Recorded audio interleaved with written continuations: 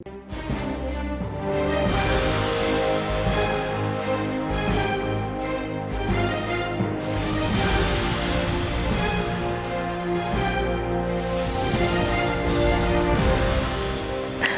are welcome back. The conversation is still on the intricacies of volunteering. I have another guest with me live in the studio this morning. His name is Uzo Anakebe. He is the lead of GBG Lekki. Good morning. How are you doing? Good morning. It's nice to have you. Thank you very much for joining us this morning. I just had a conversation with the co-lead of GBG Lekki, Peace Itimi, and congratulations to you guys. Thank you. It's your second year anniversary.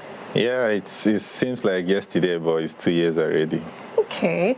Well, let me ask you, when it has to do with volunteering, in your profile, I see that you have been doing volunteering for a very long time, and it seems like you have, like, it is something that you are joyful doing. Let's talk about it. Like, what is volunteering to you? Yeah, so volunteering is, for me, is an act of service. It's more like it's a charity for me, and to me, it's giving to people, and the more you give to people, the more you get, because it has expanded my horizon. It has given me access to a lot of people.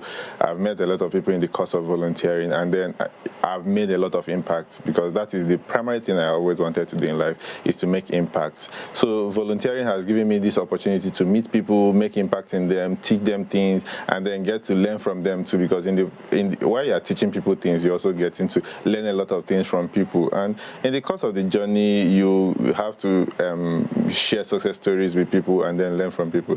For me, that is the summary of volunteering. Is about making charitable impact and giving people opportunity to explore and try out new things.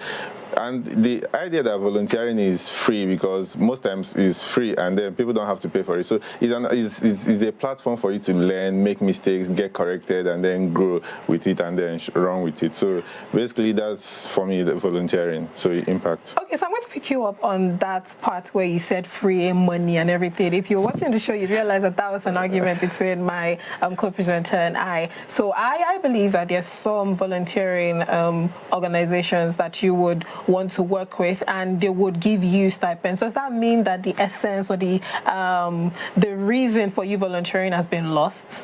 So essentially, getting money from a volunteer opportunity doesn't really signify that it's no longer a volunteer opportunity. So most times what happens is that the money people get is to cover for the expenses they have made, maybe medical insurance while on that trip, or the inconvenience allowance. Essentially, it's not really paying for service, because a volunteer job doesn't count as employment opportunities. You can't count it as employment roles, and then you can't receive pensions from volunteering experiences.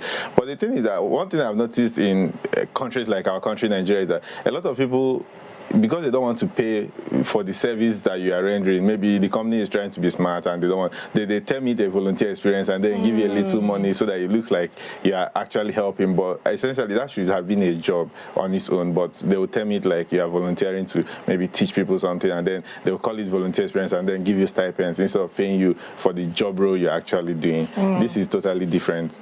Okay, I mean, you saying it or painting it that way has got me thinking. Okay, so some people actually are opportunistic in getting people's skills and then terming it as volunteering, and they're just giving them stipends to do the job that a full staff would have done and get paid in full. So, what do you think about volunteering and community service? Because people use it interchangeably.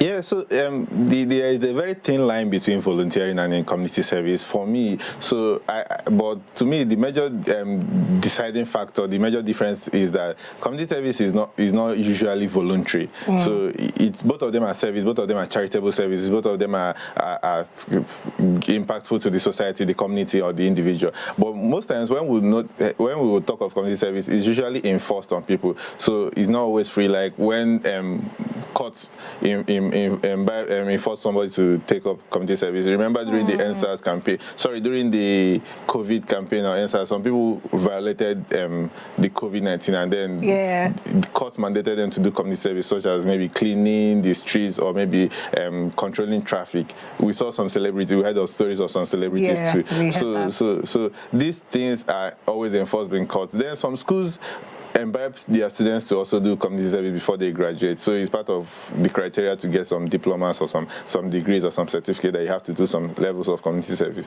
Though in our country today, it's not always the same, because people tell me that when you are graduating, you should donate money. But in senior countries or in senior climes, what we see is that people, when they are graduating, they offer community service. You see them, they try to raise money. Maybe they do a car wash campaign. They wash cars for people to donate, raise money for a cause or something. So community service and volunteering have similar impact. It's just that most times community service are mandated. They are not on the person's free will or volition.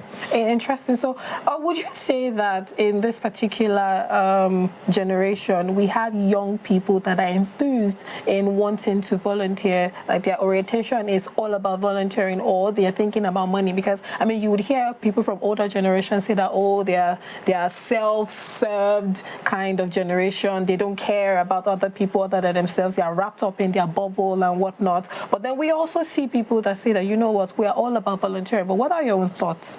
Yeah, I will say it's mixed. I will say it's mixed because there is, just like the head God principle, there is always a good side and a bad side in everything. So I think our generation, a lot of people want to contribute, a lot of people want to volunteer. And recently we've seen a lot of youth activism where people actually donate. In recent times, what happened last year, a lot of people coming out to bring in their skills, their manpower to donate in the civil unrest that we had last year and a lot of other things. So I think the Nigerian young people, or of course, in Nigerian young people are really willing to donate, but they contribute. But sometimes you see that when they contribute once, twice, next thing they're asking you, what is in it for me? People want to, and truly, you may not really blame them, because the level of unemployment in the country, everybody wants to exploit any opportunity or anything they see. They want to feel like, okay, I'm busy, I'm doing something. But I always encourage people, do not always look out for what you are going to get, the immediate value you are going to get, but look out for the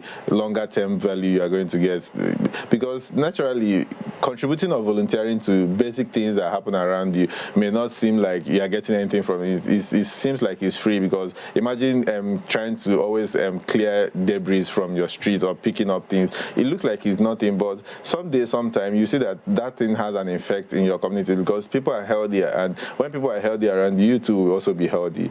So, and then if you're teaching people skills, and then they get to use those skills to make money, one day they will donate to something that would impact you're saving somebody from crime. And if you save somebody from crime, you don't know if you would have been the one that would have been robbed by somebody, or something would have happened to you, but you've contributed directly or indirectly to the person.